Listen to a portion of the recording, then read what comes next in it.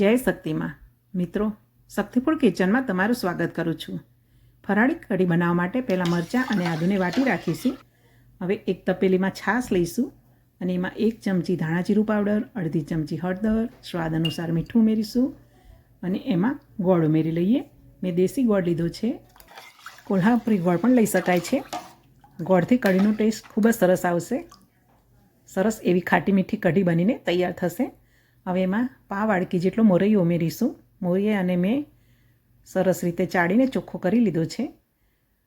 હવે એમાં 3 ચમચી જેટલો રાજગરાનો લોટ ઉમેરી લઈએ. અહીંયા રાજગરાનો કકરો લોટ જ આપણે ઉમેરીશું. હવે ઝેરણી વડે ઝેરીને બધું સરસ મિક્સ કરી લઈએ. અડધો કલાક માટે ઢાંકીને રહેવા દઈએ અને અડધા કલાક પછી કઢીનો વઘાર કરીએ.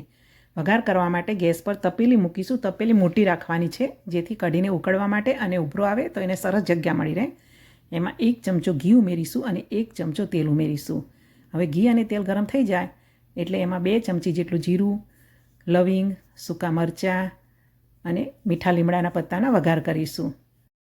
હવે એમાં વાટેલા આદુ અને મરચાં ઉમેરીને સરસ સાંતળી લઈએ.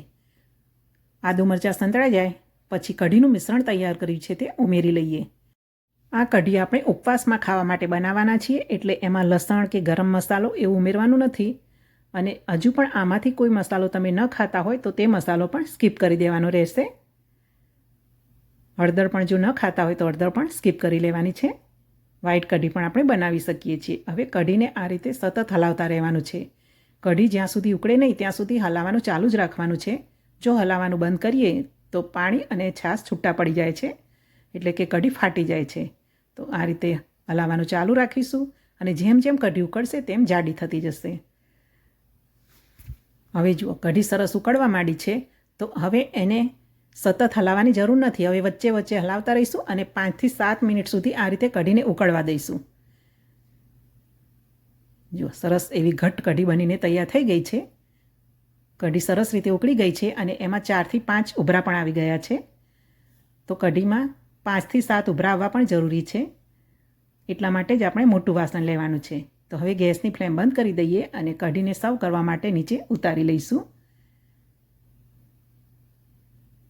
સરસ મજાની એવી ફરાળી કઢી બનીને તૈયાર થઈ ગઈ છે. હવે એમાં લીલા ધાણા ઉમેરી લઈએ. હવે કઢીની સાથે ખાવા માટે આપણે ફરાળી ભાત પણ બનાવી લઈએ. તો ફરાળી ભાતની રેસીપી જોઈ લઈએ. તો ફરાળી ભાત બનાવવા માટે મેં 1 વાડકી મોરૈયો લીધો છે. હવે એને 2 થી 3 વખત સરસ રીતે પાણી વડે મેં ધોઈ લીધો છે. મોટા દાણાવાળો મોરૈયો છે. હવે 1 વાડકી મોરૈયો છે તો એની સામે આપણે 4 વાડકી પાણી ઉમેરવાનું છે. મોટા દાણાવાળો મોરૈયો છે એટલે 4 વાડકી પાણી જોઈશે. જો ઝીણા દાણાવાળો મોરૈયો હોય તો 3 વાડકી પાણીમાં સરસ મોરૈયો આપણો બનીને તૈયાર થઈ જશે. હવે એમાં સ્વાદ અનુસાર મીઠું ઉમેરીશું અને હલાવીને સરસ મિક્સ કરી લઈએ અને ઢાંકીને એને 30 મિનિટ સુધી સરસ પલળવા દઈશું, જેથી દાણો સરસ ફૂલી પણ જશે. અને 30 મિનિટ પછી હવે ગેસ પર મોરૈયાને ચડવા માટે મૂકી દઈએ. ગેસની ફ્લેમ મીડિયમ રાખીશું. થોડી વારે એને ચેક કરતા રહીશું. ગેસની ફ્લેમ મીડિયમ રાખેલી છે. હવે જુઓ, થોડી વાર પછી ચેક કરીશું તો હજુ પણ થોડું પાણી છે, હજુ થોડી વાર લાગશે. તો એક વખત હળવા હાથે હલાવી લઈશું અને હવે ગેસની ફ્લેમ સ્લો કરી દઈશું. હવે જુઓ, થોડી જ વારમાં આપણો મોરૈયાનો ભાત બનીને તૈયાર થઈ ગયો છે. તો તૈયાર છે ફરાળી ભાત અને ફરાળી કઢી. મિત્રો, તમને મારી આ ફરાળી ભાત અને ફરાળી કઢીની રેસીપી ગમી હોય તો વિડીયોને લાઈક કરવાનું ભૂલતા નહીં. અને જો ચેનલને સબસ્ક્રાઈબ ન કરી હોય તો સબસ્ક્રાઈબ પણ કરી લેજો. તો ચાલો આપણે ફરાળી ભાત અને ફરાળી કઢી ઉપવાસમાં ખાવાની મજા માણીએ. જય શ્રી કૃષ્ણ, જય માતાજી.